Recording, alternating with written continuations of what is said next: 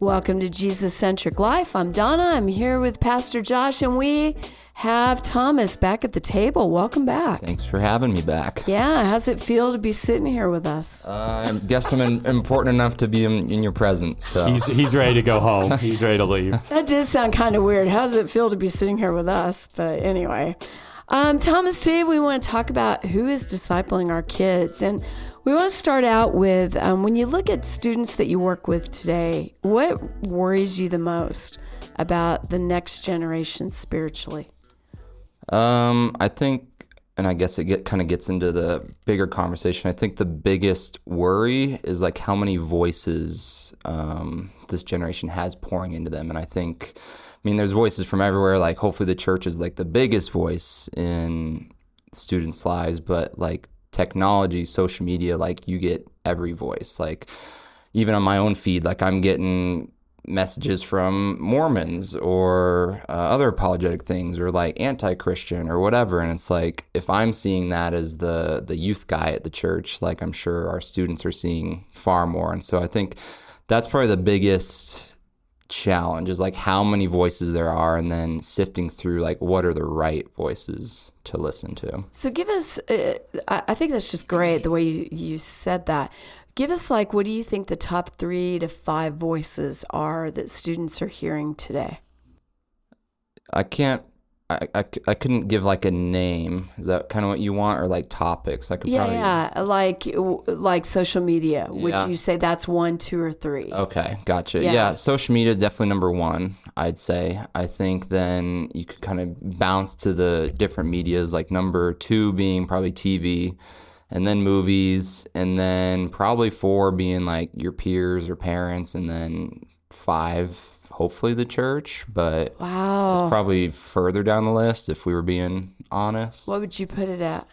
I don't know. I'd have to make the list, but I just know like you have teachers speaking into you, you have your peers from school, and coaches, people on the street, and just like I think the plethora of voices online is kind of what bumps the church, and like hopefully some of your church content is like popping up on social media, but the likelihood of that is low, I'd say. So do you think the church needs to have a bigger social media presence to bump Jesus up?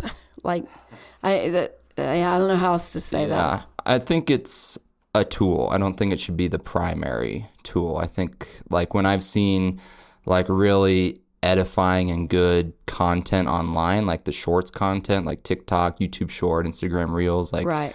There's some really good, like Josh Howerton is one, and there's like a guy I watch, he's Red Pen Logic. He's like, he does all this apologetic stuff, or Mike Winger, and like these are kind of like bigger names, but I think there's really good short form content and long form content, but I think the bigger challenge is how do we get students and just people in general like more off social media and like more in the church amongst community, because there's kind of this thing with social media, like with the reels, but really just in general, like there's this sort of parasocialness, which means like we think we're being social, but really we're not. Like I'm seeing your life play out online, right. And it's like I have nothing to do with it, but I'm participating in it. Like we had a lot of that with COVID, like that parasocialness. Right. We're not really being social with one another, but I kind of think I am because I'm online.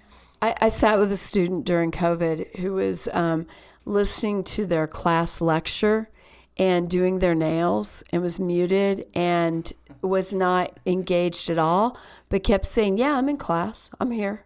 I'm in it." That's how I was during COVID. I was playing Minecraft while the teacher was lecturing. I think I remember sitting with you and seeing that. So yeah. So Thomas, as we look at it, I like how you said that. How do you handle that? Because you're not on social media. It's been one of your goals to kind of stay off. So how do you speak into the culture about something that you're not really versed with, but yet you are, because you knew all these people? Yeah, it's like a weird tension. I guess like I am and I am not on social media. Like I still have Facebook. Like that's the one technical social media profile I do have, but I'm also on YouTube, and like YouTube's probably like my biggest social media. I think it's definitely a social media, but it's not like as interconnected as an Instagram or a Facebook or a Snapchat or maybe TikTok, but like I can get the same sort of content on YouTube. And so I think it's, in a way, trying to set the example of like you don't need social media, but also recognizing like it is a huge part of the world today, not just like this next generation's culture. Like it's just a part of the world. Yeah, I think you fall into the same generation that my son does. And I just read you're the generation that remembers life without it and life became it. Yeah. So it was that 5-year span. Yeah. This generation will never know a time without it. Yeah. I remember a time without it. Yeah, we won't talk about you, Pastor.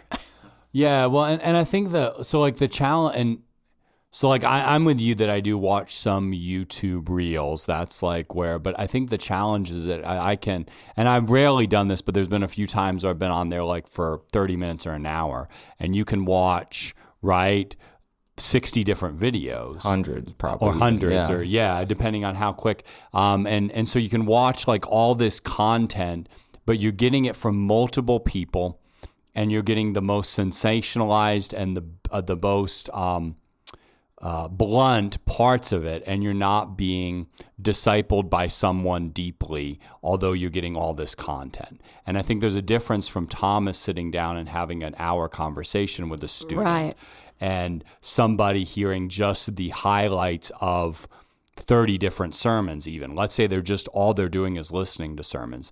The difference from being discipled with the main points or the shocking things of 30 sermons versus one 30-minute sermon is totally different. Yeah. I think within this conversation, like it's super important to touch on like the mental health side of things, because like the stats will show, I think the first iPhone came out in 2007, and then like Facebook got its like button in like 2009 or 2010, and then TikTok became a thing like 2015, 2016, and like you're seeing all these super heavy marks of when these different technologies came out, and like there's a correlational curve of how mental health in young people is decreasing basically.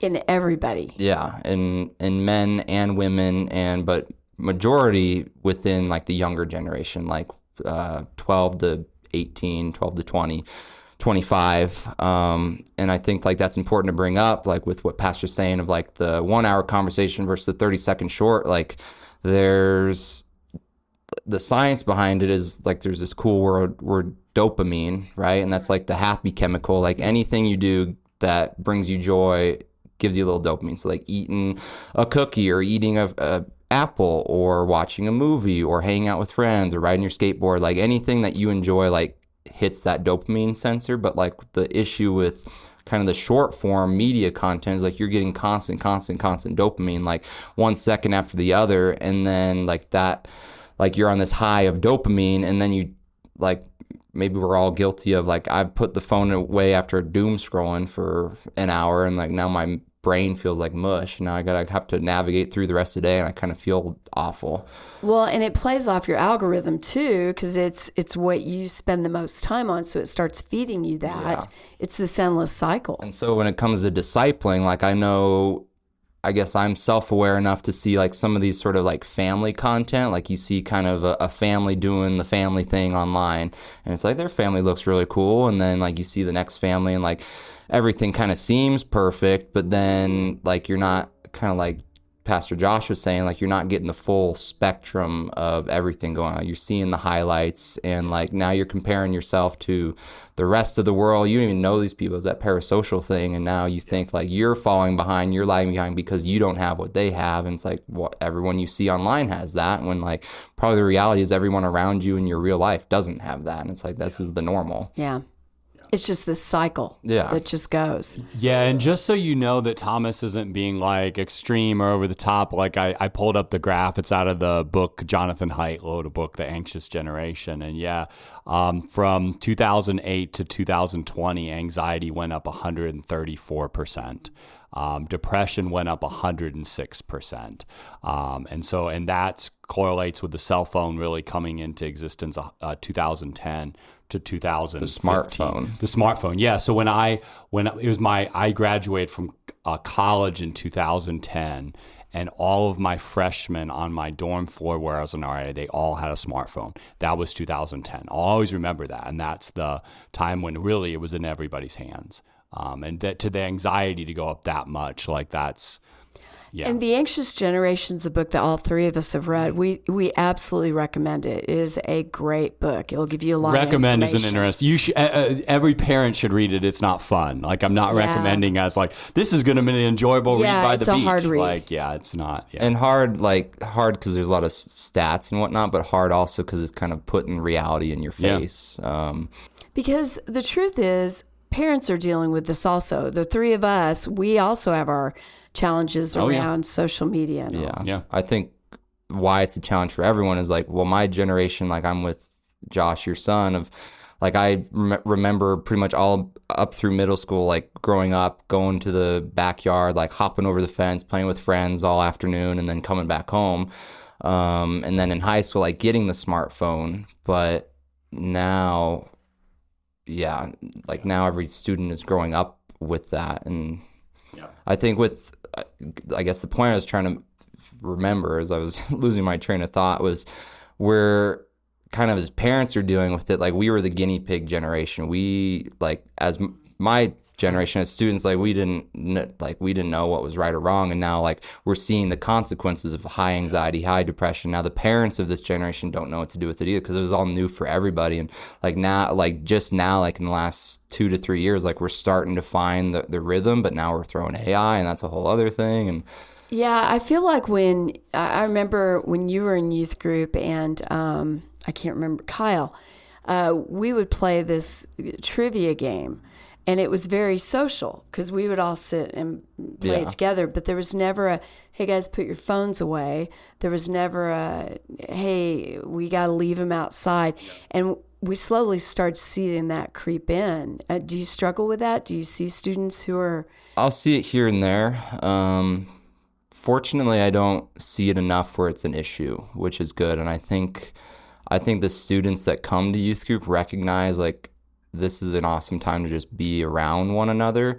I'm not saying like phones don't ever come up. Like there's been plenty of times where I'll be like, hey, just put your phone away and stay with us. And like usually they do. But I mean, it's just a distraction. And some, like we do that on mission trips, right? Like you built that in the culture of like, we don't bring our phones on mission trips. And like, I've been on trips where we have had the phones and where we haven't had the phones. And like every time we have the phones, like it's more of an issue and hindrance than a help. Yeah, it's interesting to me to see students that after a week without their phone really identify they're better. Yeah.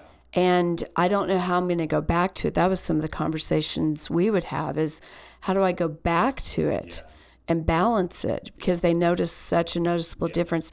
My son gave up Instagram for Lent and he noticed it. He was like, I have all this time and, and I don't feel as connected as I was. Yeah, I remember when I was living in Nashville, I did a media fast, like I think it was just after Lent. It might have been during Lent or just after, but I was like, I'm going to do 50 days, no media. And the rules was like no visual media. And so like no TV, no YouTube, no like video games. And like my one rule was if I can do it shoulder to shoulder with someone, then I can do it. So like I can play like video games in its earliest, like you were sitting split screen with your buddy, like playing video games, or like you go see a movie, like you're sitting next to someone. And so that was my one rule. But I remember like day one, like hour one after work, like I have nothing to do. And I'm like, okay, I can't have my phone out. I'm pretty lonely. I can't just like drown that out with 3 hours of scrolling or YouTube. Is like, I better reach out to a friend. And I think like that's sort of the reality we have, like this student generation has with our phones of like we don't realize that we're lonely a lot of the times. Like we've just drowned out those feelings, whether we recognize them or not, with the phone. And then it's only once we put them down, it's like, oh, like I have a lot of loneliness and depression within me. But then because we haven't learned how to do that, it's like, okay, I don't know what to do with that. So I'm just going to go back to the phone because what else would I do? And I think how often are we as parents modeling that to our kids too? Like even, so, and this is younger kids than teens, but like, and my guess it's happening there too, but like, I encourage parents to go to the park and take your kids to the park and leave your phone at home.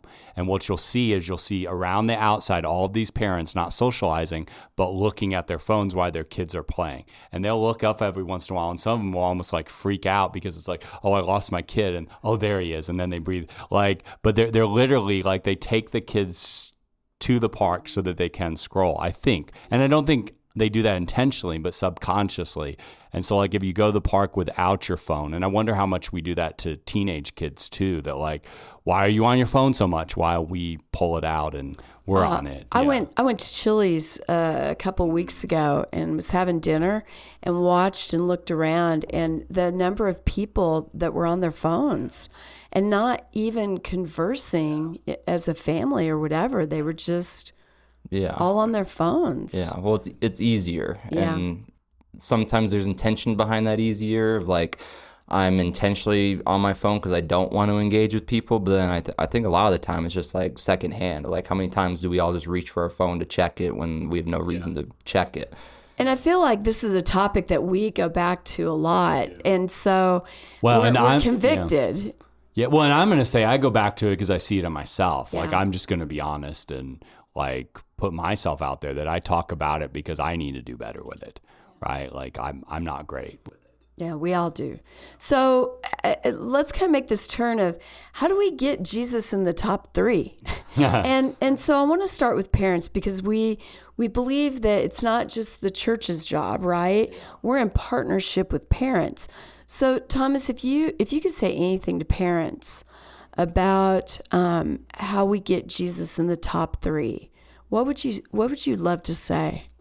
I think parents are the primary disciplers of their kids. Like, it's awesome that they send their kids to youth group or confirmation or Sunday school, and like hopefully we can be as the church we can be a big piece. But like parents, you have the biggest influence in your kids' faith life. And when it comes to technology, I think it's being self-aware enough to take the step back and maybe not use the iPad or the cell phone as the pacifier, because it can definitely be that. Like it pacifies me. I'm sure I've seen it pacify kids, but like instead of handing the iPad to your kid to like calm them down, like shut them up, it's like, no, like how can we deal with what's going on and taking the hard route? I think at the end of the day, like all of this is like, how can I choose the hard route because it's going to lead to better rather than the easy short-term route? And I just did the math.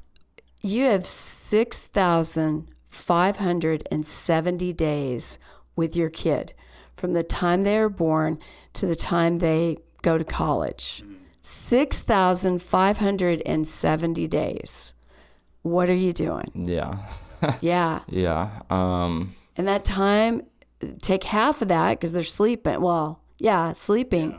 So really you have 3,000 days of FaceTime with them, which feels like a lot, but then not a lot at all. Like I don't have a kid, but I know like both you do, and like I'm sure it flies by, right? Yeah. Well, that just dawned on me the other day. Caleb's 9. I don't know why this dawned on me. There. I'm halfway. You're halfway. It's that like, and it's like, no, he's still little, but no, he's not. Yeah. So I think with that, like some practical examples, this is what Jonathan Haidt talks about in his book.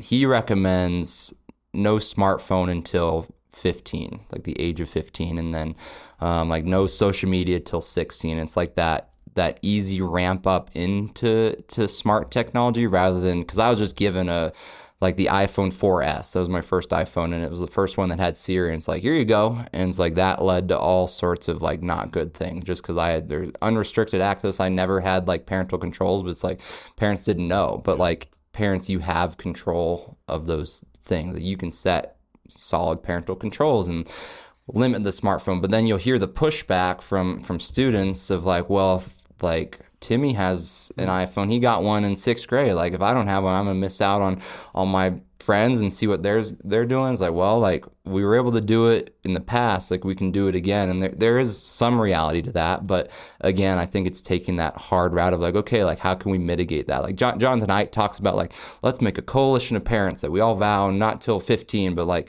the realism of that like doesn't seem great for like, okay, all these parents are going to band together and all their kids are no phones till 15. I think it's more like get them the dumb phone. Like you can text and call on that. Flip phone. Yeah. Like and flip phones are actually making their way back. Yeah. Students actually are finding they like the simpler phone. Yeah. Well, on that topic of the coalition of parents banding together, I think, and I don't know that anybody's ever done this formally, but kind of I've noticed it like in my ministry from like when I first started and parents were all on board with the kid having a phone in middle school to now, like I think the last few confirmation classes, a lot of them they don't have smartphones. And I've really seen that change in my ministry. It used to be that everybody did. And so at least here at Peace with Christ, there seems to be a number of people that are operating more in the I'm going to wait a little longer than I saw 15 years ago, let's say. What would your recommendation be, Thomas? I think it's probably the more practical thing because the coalition's hit or miss. Like if you can find a group of parents that like can band together and like, hey, like we're going to do the best thing for our students and like just wait, like that's awesome. Like do that. Jonathan Haidt also talks about we have so much sort of control over, I'll have to ramble a bit to get there, but like the physical reality of our kids and like not the digital reality. And so there's like unfettered access digitally, but then we're so afraid of what could happen to our kids in real life that we don't let them go outside or ride their bikes or do these things. And so like another practical thing is like building that trust with your student to go outside and play. Like, can you trust them to go ride their bike without a phone for an hour around the neighborhood? Like, I remember I grew up doing that. Like, 3 hours, we'd just be riding the bike around the neighborhood, playing whatever game we were playing, and then we'd show up and like, oh yeah, you're fine. We didn't have any issue. Or like my dad would send me on my skateboard to the Safeway down the street. And it's like, okay, like give me some cash and do that. It's like building those little trust opportunities. Like, can you send your kid or kids together to walk down the street and go buy some groceries for you? At the right age. Like you don't want to send your 5-year-old Elijah. You don't want to send him on his own. But even that, so like we've let Caleb walk from church to our house, which is about a quarter mile is all. And I was at one side, somebody else was like, we've got parented shamed for doing that. Yeah. Like, why would you let your kids do that? It's like, well, way safer than giving them an iPad with YouTube on it, right? Like, you know. Yeah. And like finding those moments like where you can build the trust, and that's the hard thing for parents of like, we hear all the stories of the kids on milk cartons, right? But like I think the statistics would show like the reality of a kid going missing is like nearly zero. That's not impossible. It's happened, and like we always be wary about that and wise with that. But building that independence within your kid is huge. Like I'm not a parent. I imagine both of you probably have the same mindset of like, I want my future kid to be able to thrive in the world without me. Like whenever that time would come, and like that can't happen unless they get those opportunities to be on their own and do something hard on their own. And that's usually my response, like when somebody does, and it's usually not quite shaming. Most of the people are like, really? You do that? I'm like, yeah, it's safer for me to work on my kids' anxiety now than guard and protect them and not let them do anything. Because the studies would say if I give them, and I actually say it this way, if I give them reasonable danger now, it'll help with their anxiety later. And that's how we approach it.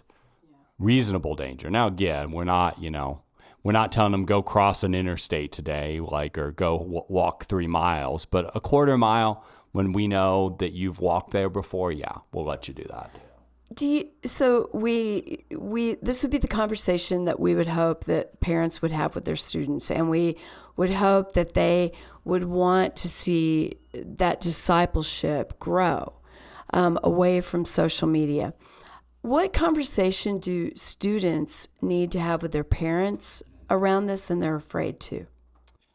Yeah, I think when it comes to all the mental health stuff, there's like a whole lot there. And I think the challenge with that is it's invisible, right? Like it's mental. Like, yeah, you can kind of see the symptoms of it, like kind of play out in day to day, and parents can definitely pick up on that, like whether you have an anxious student or depressed student. But I think for the student, it's building and having that relationship with their parent where they can come and be like, hey, like I'm struggling with this, like whether it's depression or anxiety or maybe some of the things that are causing that of like tech use, or I saw something online, I don't know what this is, and like pornography would be another big one of like, do you have the relationship with your parent to not be ashamed of it, of hey, like I saw this, like I don't like what I saw, like move forward, or as a parent, like hey, like I know you saw this, like how can I love you and not shame you into seeing something like this. But yeah, I think it's building those relationships, conversations like hey, like I guess I feel like students a lot of the times don't know what they want or know what's out there for them. And I think it might start with the parent of like raising the red flags, like, hey, like I'm seeing this in you, like, can you talk to me about that? And then giving the student the opportunity to bring that up. But I think a lot of the times just because of we've like the generation now has grown up with it, they don't know any different. And the parents do, like they grew up without it, and like they're either before me or like right on the edge with me where we grew up without it and now we are experiencing it. But like the students say, they don't know what they don't know. And so I think it's parents helping them, but then the students having the comfort to trust the parent. Do you think there's also a piece of the parents are also wading through their own mental health and their own struggles around social media and the balance? Definitely. And they're also struggling in their faith also? I think so. I think it's probably more, I think the trends and stats would show that the mental health in general has declined over just everybody.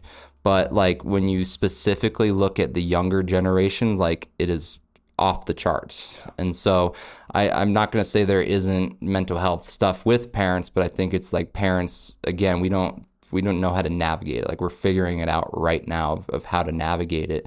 And like if you were a kid that had a like super joyful childhood, you didn't really deal with anxiety, depression, and now you're a parent and now you're seeing your kid with depression, anxiety, it's like this is new territory for you. And there's no shame. No. I like how you said that earlier. Let's just have the conversation. Yeah. Don't worry about others judging you or what they're going to think.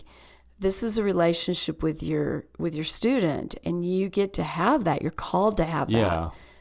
Just have it. Well, yeah. I think this lie we have in parenting sometimes too is, and it comes from a kind of our expert culture, that I want to go to the expert to get the answer. So I want to get my kid to a counselor so that they can fix him. And I think like we don't help our kids because we're experts in something. We like, for instance, like I'm not great talking about my feelings, but there's a need for that. And so like I'm teaching my kids to do something that I don't know how to do because I see the value in it, right? And I think sometimes we want to be the expert in it and then I can teach my kids. No, like you take what you know. Like so many teachers say your goal as a teacher is to be one step ahead of the students, just one, right? Like you can teach if you just know a little bit. And I think we got to get out of this, like I got to be an expert to teach my kids and say, well, what can I teach them about Jesus? What can I teach them about anxiety? What can I teach? Like what can I teach them? And it doesn't have to be everything to teach a little to be helpful. And what can I teach them about margins? Like, let's do this in a healthy way. We could do it together. Maybe we even do it together. Yeah. Your son or daughter says, I'm struggling with how to manage this. Well, you know what? I am too. Yeah. Let's do this together. Yeah. I mean, the biggest way we can, I don't know, fight social media, but it's just doing life together. I think when we talked about the mission trips and getting rid of phones there, and like the biggest thing students see, whether they kind of clock it or not, it's that they're doing life together for a week and they don't have a distraction in front of them 24/7 or in their pocket 24/7. And I think as the parent to student, like what Donna's saying, like, yeah, let's do it together. Like, let's go to the park together. Let's throw football. Let's swing together. Let's do whatever. It's just doing it together. Like, not like seizing those opportunities. Like Donna was saying, you got 6,000 something days to disciple your kid, and like it's gonna go quick, and like you want to cherish those moments. And yeah, you might be tired from work, and like there's some reality to that. And like I have a dog is the closest thing I have a kid to right now, and it's like half the time I don't want to go play fetch with him. Well, it'll be good for him and it'll be good for me if I go play fetch with him rather than just sitting on my butt scrolling or watching TV or whatever. Thomas, there's a verse that's so helpful in this that I just want to share. But all things are lawful for me, but not all things are helpful. All things are lawful for me, but I will not be dominated by anything. And I think just that an understanding that, like, there might not be necessarily anything wrong with scrolling your phone all day, but is it helpful? Is it helpful to do that? Is it something we want to dominate us? What's helpful is being with other people, and how do we prioritize that? And how do I get Jesus, not top 10, not top 5 or 3, but number 1 in my life and in yours? Thomas, I want to give you kind of the closing comment. What do you want to say to parents and students who are listening to this? I think seek out community and seek out Christian community and you'll find Jesus. He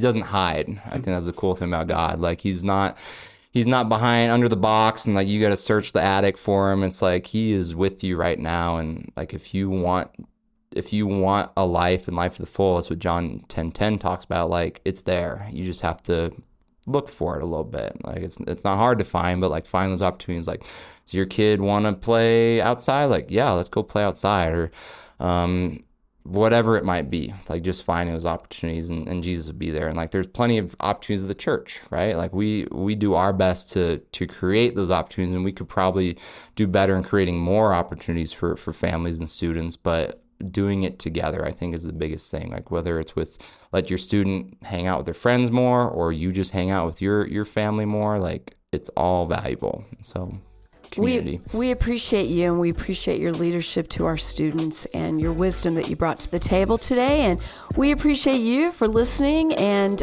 we hope that you'll join us for the next Jesus-Centric Life. Have a great day.